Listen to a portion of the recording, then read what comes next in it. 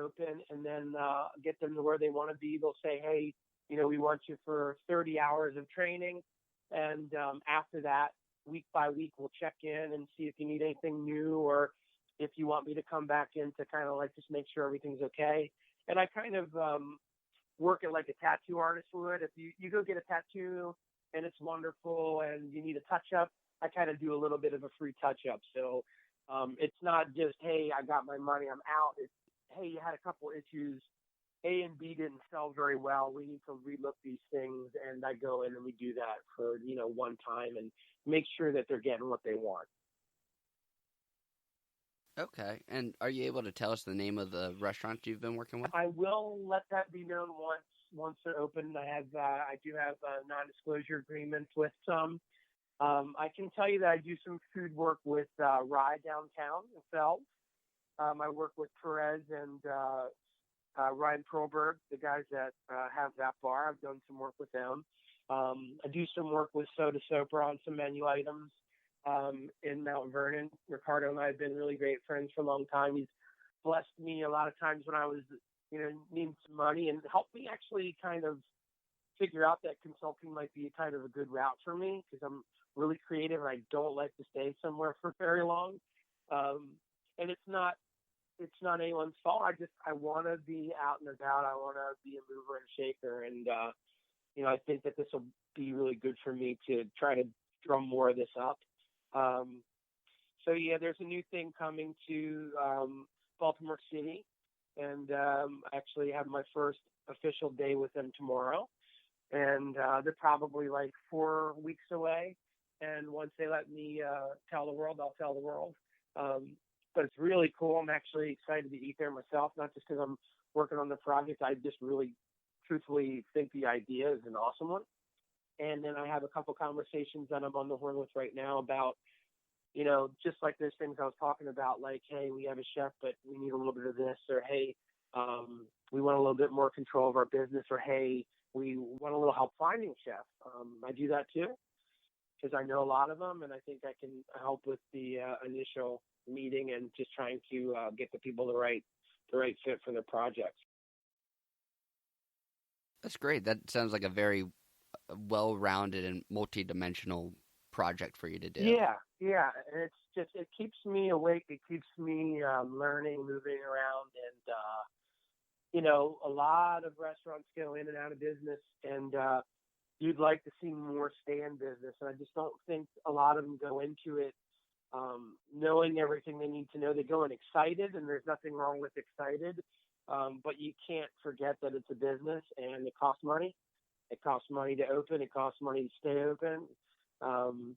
And I think the goal should be to keep Baltimore restaurants staying open. So I hope I can help there. Absolutely. Are you able to tell us what neighborhood in Baltimore City it is in? I will tell you that it's between Fells and Harbor East. Okay. Sounds good. Yeah. This question comes from our Instagram account. This question is from @Ravens_Baltimore_Raven fan12. For those that are listening, if you can't tell that we're from Baltimore, that's probably your hint right there. His question is, what is an unusual ingredient you enjoy cooking with? An unusual ingredient. I don't know if it's so unusual nowadays, but I really love uni, which is sea urchin roe.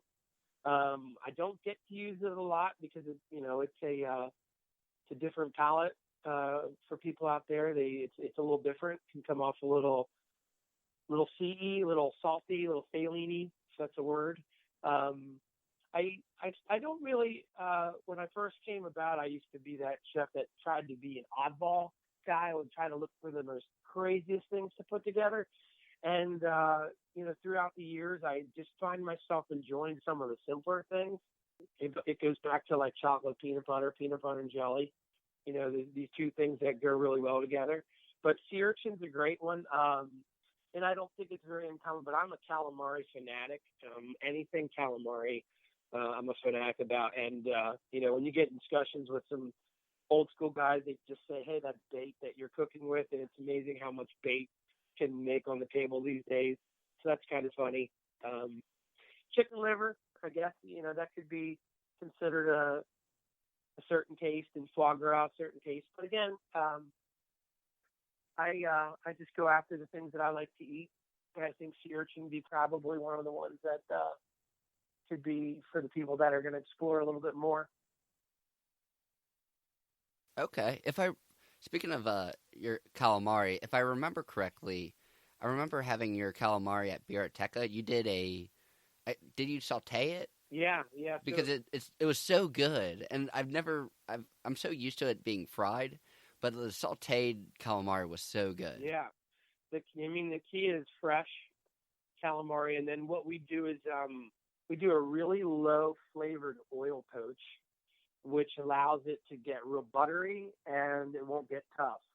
So the reason it came about was we had a different amount of cooks per day, and you have to have consistency. If you have rubbery calamari go out, you're not going to have a fan club.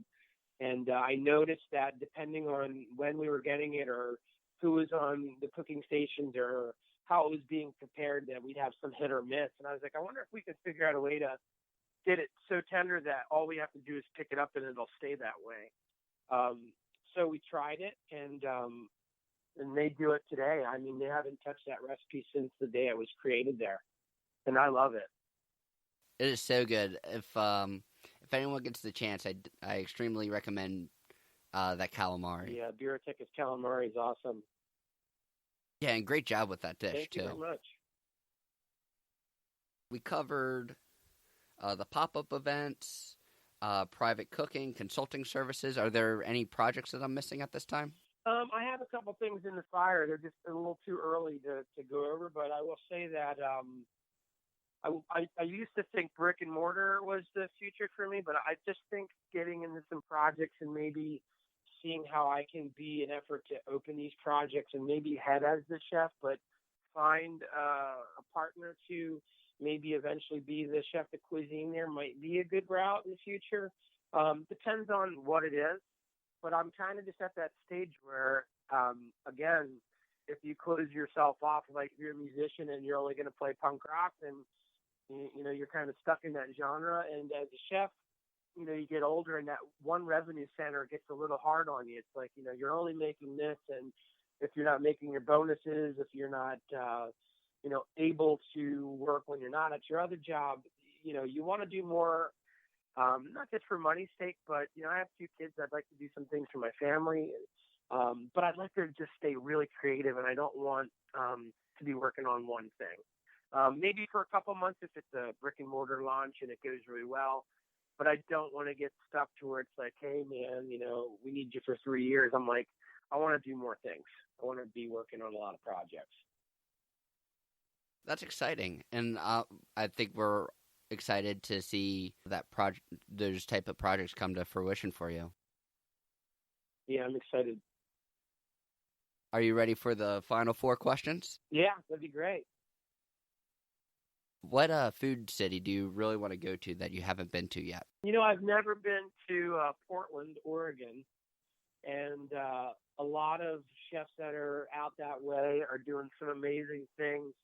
I just went out past there a couple years back, and I went to San Francisco, and I saw a lot of similarity because San Francisco has that port city, the big port city, and Baltimore's a port city. And I see a lot of things that are going to come to Baltimore that are going to be, I think, very similar. You can't really compare the growing season that you get from California. When you go to California and you have a fruit, it's like you had it for the first time. And I hear a lot about Portland, and a lot of the chefs are really reaching to do some amazing things, and they have a great growing season. They have great vineyards, great wineries, and we're starting to really tap into that here. And I will plug Baltimore real quick and say, the other day I was in Harbor Point, and I hadn't walked around in a little bit.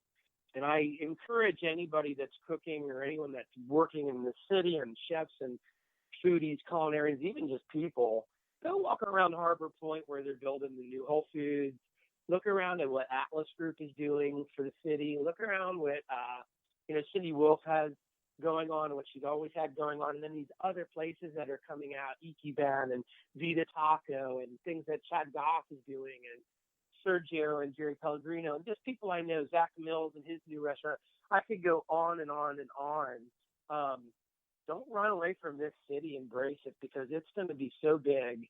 And I think that if you invest your time and effort into helping these people and helping your friends in the city grow, it's just you're part of it. And it's when you really look at what's going on. I mean, Harbor Point's a good example just because it's like, oh my God, so what is that? Just all these things that are building up, and I think it'll all be connected. You'll be walking before you know it. You'll be connected to Harbor East. It'll go right into Harbor Point. It'll go right through Fells Point. It'll go right over to, all the other cool places in the Canton and so on and so forth. And rumor had it that 10,000 people were at the WPMD's first Thursday, just last Thursday. Can you imagine? It's amazing. That's a good point that you bring. Harbor Point really is kind of developing. The Atlas Group just opened up an extension of Ouzo Bay called Ouzo Beach, which is a little bar on the other side of the street that's a little bit closer to the water. Yeah. There's Sandlot over there, which I'm actually impressed with their food menu because when they first opened, it was a little iffy, but they changed some things up, made some improvements, and it's a lot better. Where, at Sandlot? Yeah, Sandlot. Yeah. And it's a great idea. And man, they're using all this cool landscape around here, and they're inventive and they're doing new things. And years ago when I first got here, I was always like, oh my God, I need to go back to Philly or I need to go to DC. Now I don't want to do anything but be in the city. There's a lot of movers and shakers here, man, and there's a lot of great food here, a lot of great chefs here, and I just more people need to embrace the talent that we have here. Yeah, that's a good point. Baltimore's kind of more of an underrated food city. People just kind of think of it as the crabs and the shellfish, but there's a lot more that comes to the city than that. Absolutely. When you're out to dinner, what's the hardest meal for you to pass up? If I could eat sushi, I'd eat sushi 7 days a week.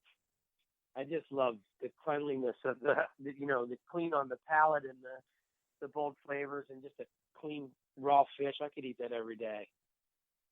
I'm sure there were some good sushi places when you were out in San Francisco. Oh, man. You have no idea. I went to the famous Flanador. They don't do sushi, but they're the kings of their domain out there. And I did have calamari and Dungeness crab at every restaurant that I went to. And I went to one place in particular, Hog Island Oyster Company. It's right off the port, right off the water. And I ended up eating there like 3 times, 3 days in a row because the seafood there was just so great. And it did remind me of here. It really did. It reminded me a lot of home here. What's the most exotic dish that you've tried? That I've tried? Again, I'm not afraid of like organ meat or anything. I haven't had any like embryo or anything like that. I'm not into that crazy thing. I did do live baby octopus once, which was really cool and strange at the same time. And other than that, I mean, I'm pretty adventurous. I'll eat anything that's going on for the most part, but I do have a couple things that make me go to a restaurant. If I see foie gras, I get interested. If I see escargot, I get really interested. If I see calamari, I get really interested. And then anything raw, I get really interested in, except for, of course, like chicken or something that could never really be done that way. But I do hear it's a thing. You go over to any Asian countries, I do hear that it's possible and that it happens out there, even like raw turkey. But not really for me. But my wife and I are escargot connoisseurs. So thank you, Petite Louis, for always having snails. You're one of the few people that always have snails on the menu. Anyone else that gets snails on the menu or wants to cook snails with me, please reach out. I love escargot. I feel like there needs to be more places with escargot. I'm just thinking Petite Louis, Prime Rib. I think those are the only 2 places I can think of. Yeah, and Soda Surfer does have a really good escargot, and they do it over like soft polenta with provolone fondue. Really great if they have. That's a must-have. But not too many other people. When I was at Fork and Wrench, we had snails on at least 2 items every menu. So I kind of want to ask a little bit more about this live baby octopus. Where did you